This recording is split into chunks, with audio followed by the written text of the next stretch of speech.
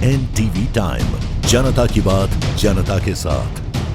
मध्य प्रदेश के मुख्यमंत्री डॉक्टर मोहन यादव ने अबू धाबी में BAPS हिंदू मंदिर का दौरा किया। संपूर्ण भारत देश की सांस्कृतिक धाराओं, हिंदू धर्म के विभिन्न धाराओं को एक सूत्र में पिरोने का अद्भुत प्रयास डॉक्टर मोहन यादव। रविवार 13 जुलाई 2025 को मध्य प्रदेश के माननीय मुख्यमंत्री डॉक्टर मोहन यादव ने गुरु पूर्णिमा के पावन अवसर पर अबू धाबी स्थित BAPS हिंदू मंदिर का दौरा किया। उल्लेखनीय है कि BAPS हिंदू मंदिर अबू धाबी में 12 और 13 जुलाई को गुरु पूर्णिमा के अवसर पर विशेष प्रदर्शनी और समागम कार्यक्रम आयोजित किए गए थे। मंदिर के प्रमुख पूज्य ब्रह्म विहारी दास स्वामी ने मुख्यमंत्री का स्वागत किया और उन्हें इस मंदिर के अविश्वसनीय निर्माण की कहानी और इसके निर्माण के पीछे के महान उद्देश्य के बारे में बताया। मुख्यमंत्री ने मंदिर के सभी गर्भगृहों में विराजमान पूजनीय स्वरूपों के दर्शन एवं पूजा अर्चना की। साथ ही भारतीय संस्कृति की समरसता का संदेश देने वाले कलात्मक अभिषेक मंडप के दर्शन भी किए, जहाँ BAPS हिंदू मंदिर के निर्माता परम पूज्य महंत स्वामी महाराज की जन्मस्थली जबलपुर की पावन रेती को देखकर वे विशेष रूप से प्रसन्न हुए। अपने जीवन की चिरस्थायी स्मृति के रूप में डॉक्टर मोहन यादव ने इस मंदिर को आध्यात्मिक सद्भाव, सांस्कृतिक एकता और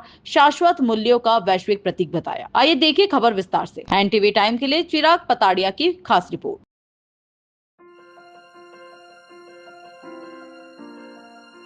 सच में ऐसा लगा जैसे सूखे रेगिस्तान में तरोवर की छाया मिल गई। भगवान को भगत ढूंढते हैं, सालों जीवन कई गुजर जाते हैं, लेकिन परमात्मा का जब प्रकट होना होता है, ऐसे असंभव से असंभव काम भी संभव होकर जो दिखाई देते हैं।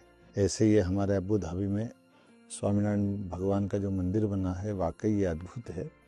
और जो कल्पना की गई है, खास करके पूरे देश की सांस्कृतिक धारा को एक करने की, एक एक कथा के विस्तृत चित्रण करने की, सारी गाथाएं अपने आप में एक एक प्रतिमा अपने मुंह से बोलती दिखाई देती है। और स्वामीनारायण भगवान के मंदिर के साथ पूरे अरब कंट्री में एक तरह से हिंदू धर्म की विशालता का दर्शन भी होता है और हमारी मन की पवित्रता का दर्शन भी होता है। जब हम अपनी सारी बातें अपनी भी कहते हैं और हमने बाकी दर्शन को भी नकारा नहीं, ये हमारे धर्म की विशेषता है। हमने अपने मन के प्रेम को बांटने के लिए दूसरे का भी आदर किया है, किसी को नकारा नहीं है। यही चीज़ हमको इकबाल के शब्दों में कहती, कुछ बात है कि हस्ती मिटती नहीं हमारी, वो कुछ बात इसी बात के लिए रेखांकित करती है। और दुबई, अबू धाबी आज ये पूरे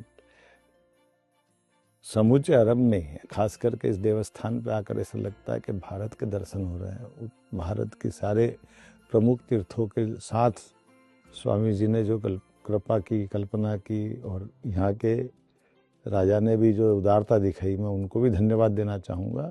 शासक वो जो सबकी भावना का सम्मान करे और ऐसे असंभव से काम को भी करने का संकल्प स्वामी महाराज ने संकल्प से लिया था।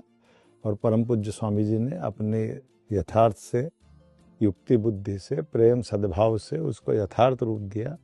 मैं आपको, स्वामी जी को भी चरणों में प्रणाम करता हूँ। आपके माध्यम से पूरी हमारी सभी धर्म की शाखाएं प्रज्वलित हुई है। मैं उनको आज जिस रूप में देखता हूँ तो ऐसा लगता है कि गंगा आरती जहाँ रोज होती है, उसके बाद बचा क्या है। गंगोत्री, गंगा सागर तक की पूरी धारा का दर्शन, हिंदू धर्म की धारा का दर्शन यहाँ हो रहा है।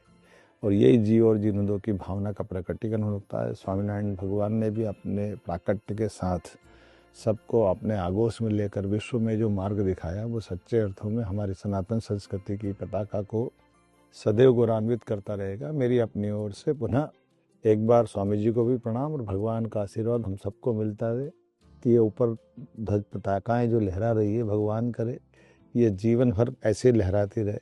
मेरी अपनी ओर से, मध्य प्रदेश सरकार की ओर से, मैं डॉक्टर मोहन यादव, मुख्यमंत्री मध्य प्रदेश शासन, भगवान का भक्त होने के नाते से और शासन का दायित्व होने के नाते से, माननीय मोदी जी के उदार मना भाव से जैसा ये पिछले साल इसका लोकार्पण हुआ, भगवान करे इसी की भावना दुनिया में इसी प्रकार से चलती रहे।